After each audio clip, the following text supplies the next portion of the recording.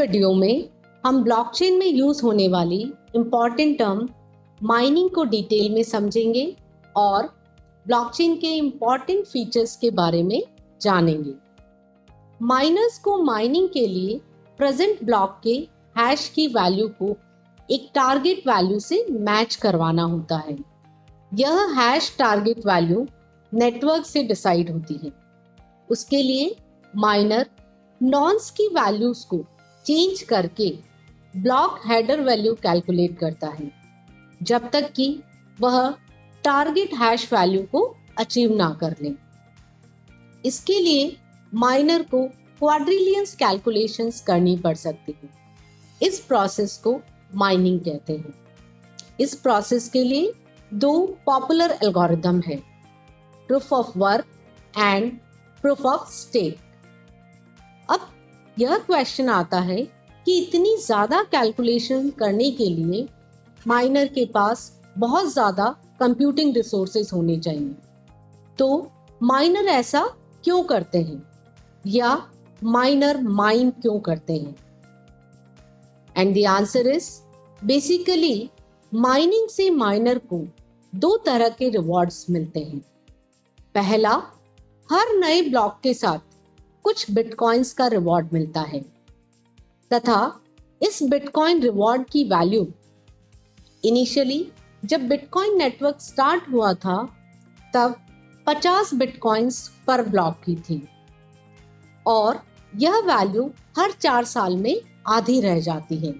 यानी प्रेजेंट में as of May 2020 इसकी वैल्यू 6.25 बिटकॉइन पर न्यूली क्रिएटेड ब्लॉक है तथा प्रत्येक ट्रांजैक्शन के साथ कुछ ट्रांजैक्शन फीस भी अटैच्ड होती है। तो उन सारे ट्रांजैक्शन की ट्रांजैक्शन फीस का सम भी बिटकॉइन की फॉर्म में माइनर को मिलता है।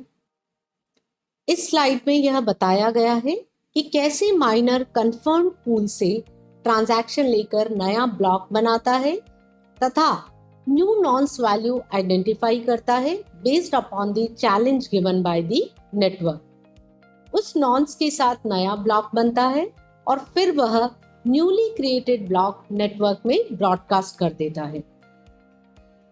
यहाँ एक कंडीशन ऐसी हो सकती है कि दो माइनर्स ने दो ब्लॉक सेम टाइम पर माइन किए हैं, तो उस केस में किस माइनर का ब्लॉक ब्लॉकचेन में ऐड होगा तथा किस माइनर को रिवॉर्ड मिलेगा, ये बहुत ही कंफ्यूजिंग लगता है। लेकिन ब्लॉकचेन नेटवर्क में इसका सॉल्यूशन भी दिया गया है। अच्छा, यहाँ एक पॉइंट और हो सकता है कि दोनों माइनर्स ने अलग अलग ट्रांजैक्शन के साथ ब्लॉक बनाए हों। इसका मतलब है कि दोनों ब्लॉक में जो वैल्यूज हैं वह सेम नहीं है, लेकिन दो ब्लॉक्स की माइनिंग सेम टाइम पर हुई है, जैसा कि इस स्लाइड से क्लियर है। इंपॉर्टेंट पॉइंट यहाँ यह है कि कौन सा ब्लॉक ऐड होगा तथा यह डिसीजन नेटवर्क में जितने भी माइनर्स हैं उन सभी पर डिपेंड करता है तथा यह लॉन्गेस्ट ब्लॉकचेन रूल के प्रिंसिपल पर काम करता है। अब हम उस प्रिंसिपल को समझते हैं।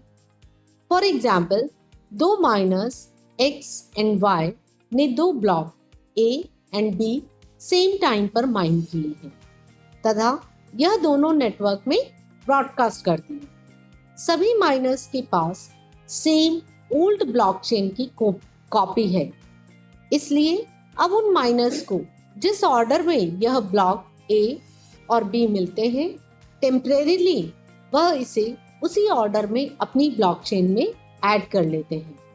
Suppose a group of miners M1 को A ब्लॉक पहले मिलता है तो वह A को अपनी ब्लॉकचेन में ऐड कर लेता है तथा ग्रुप ऑफ माइनर्स M2 को B ब्लॉकचेन पहले मिलता है तो वह B को अपने ब्लॉकचेन में ऐड कर लेता है। लेकिन क्योंकि इन दोनों ब्लॉक्स में एक कॉमन ट्रांजैक्शन B था, suppose transaction B is M pays 10 bitcoin to T, तो यह ट्रांजैक्शन ब्लॉकचेन में दो बार ऐड हो जाएगा। इसका मतलब है कि M को T को 20 बिटकॉइंस पे करने पड़ेंगे, जबकि वह तो 10 बिटकॉइंस ही पे करने वाली थी। इस सिचुएशन को डबल स्पेंडिंग प्रॉब्लम कहते हैं, क्योंकि इसमें सेम ट्रांजैक्शन भी 2 बार ऐड हो गया है। Presently we have two forks of the blockchain. दोनों का लेंथ सेम है, लेकिन एक ब्लॉकचेन में लास्ट नोड ब्लॉक A है तथा दूसरे ब्लॉकचेन में नोड B लास्ट नोड है। अब पूरे नेटवर्क में नया ब्लॉक ऐड करने का प्रोसेस कंटिन्यू रहता है। तो यहाँ 2 सिनेरियो हो सकते हैं। Scenario 1, nodes of the group M1 ने ब्लॉक A को लास्ट वैलिड ब्लॉक मानकर नया ब्लॉक ऐड किया है तथा nodes of the group M2 ने ब्लॉक B को लास्ट वैलिड ब्लॉक मानकर नया ब्लॉक ऐड किया है। लेट्स अज्यूम सिनेरियो 1 में नया ब्लॉक सिनेरियो 2 के पहले ऐड हो जाता है। इसका अर्थ है कि ग्रुप M1 की ब्लॉकचेन पहले अपडेट हो जाती है, तो इसे ब्लॉकचेन के वैलिड रहने की प्रोबेबिलिटी बढ़ जाती है। और अगर ऐसा नेक्स्ट 3-4 ब्लॉक ऐड होने तक एक्सटेंड होता है, तो वह ब्लॉकचेन जिसमें ब्लॉक A था वैलिड हो जाएगी तथा ब्लॉक B वाली ब्लॉकचेन को इग्नोर कर दिया जाता है। ब्लॉक B के सारे ट्रांजैक्शन फिर से अनकन्फर्म्ड पूल ऑफ ट्रांजैक्शन में ऐड हो जाते हैं। समरी में हम यह कह सकते हैं कि चेन फाइनली वह होती है जो कि ज्यादा ब्लॉक वाली होती है, मतलब कि जिसमें ज्यादा माइनर्स इन्वॉल्व हैं, तभी वह बहुत जल्दी नया ब्लॉक ऐड करते हैं। इस रूल को लॉन्गेस्ट चेन विन रूल भी कहते हैं तथा यह POW का एक पार्ट है। और इस रूल की वजह से सेम ट्रांजैक्शन 2 ब्लॉक में ऐड नहीं हो सकते हैं, या हम कह सकते हैं कि डबल स्पेंडिंग की प्रॉब्लम नहीं आती है।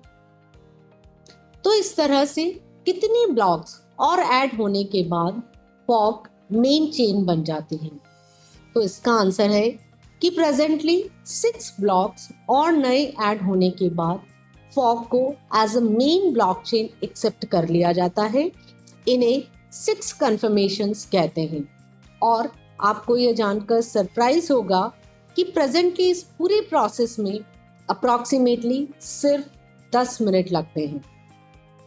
तो यह सारे स्टेप्स इस स्लाइड में विजिबल हैं कि फिल ने नया ट्रांजैक्शन क्रिएट किया, वह नेटवर्क में ब्रॉडकास्ट होगा, कुछ माइनर्स उसे ब्लॉक में ऐड करेंगे, वैलिडेट करेंगे तथा जब उस ट्रांजैक्शन वाला ब्लॉक चेन में ऐड हो जाएगा तो फिल को ट्रांजैक्शन कंप्लीशन का मैसेज मिल जाएगा तथा जिस माइनर ने उस ब्लॉक को माइन किया था उसे उसका रिवॉर्ड मिलेगा। इस तरह से जो ब्लॉकचेन बनती है उसके क्या फीचर्स होते हैं?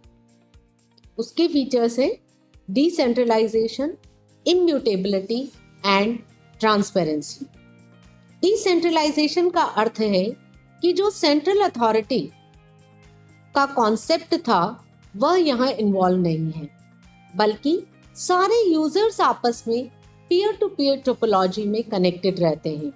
तो एक नोड के फेल होने या हैक होने पर इंफॉर्मेशन लॉस नहीं होता है, क्योंकि बाकी दूसरे के पास same set of information available है। So we can avoid single point of failure here. दूसरा एडवांटेज है कि अगर एक ब्लॉक ब्लॉकचेन में ऐड हो गया है तो उस ब्लॉक के डेटा को कोई भी अपडेट या मॉडिफाई नहीं कर सकता है। इस प्रॉपर्टी को इम्यूटेबिलिटी कहते हैं। ऐसा इसलिए होता है क्योंकि सारे ब्लॉक आपस में हैश फंक्शन से कनेक्टेड हैं। अर्थात ब्लॉक 2 में प्रीवियस हैश फील्ड में ब्लॉक 1 के कंटेंट की हैश वैल्यू है। इसी तरह से ब्लॉक 3 के पास ब्लॉक 3 की हैश वैल्यू C23 स्टोर्ड है। अब अगर कोई अटैकर ब्लॉक 2 के डेटा को मॉडिफाई करने की कोशिश करता है तो ब्लॉक 2 की हैश वैल्यू चेंज हो जाएगी, लेकिन ब्लॉक 3 जो कि उसका नेक्स्ट ब्लॉक है के पास previous hash value C23 stored है।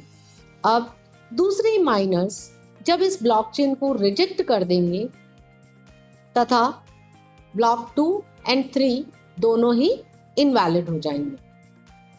Third property is transparency, because इसमें सारे पार्टिसिपेंट्स सारे ब्लॉक्स एंड उन ब्लॉक्स की ट्रांजैक्शन डिटेल्स को देख सकते हैं और ट्रांजैक्शन डिटेल्स को स्टोर करने को लेजर कहते हैं।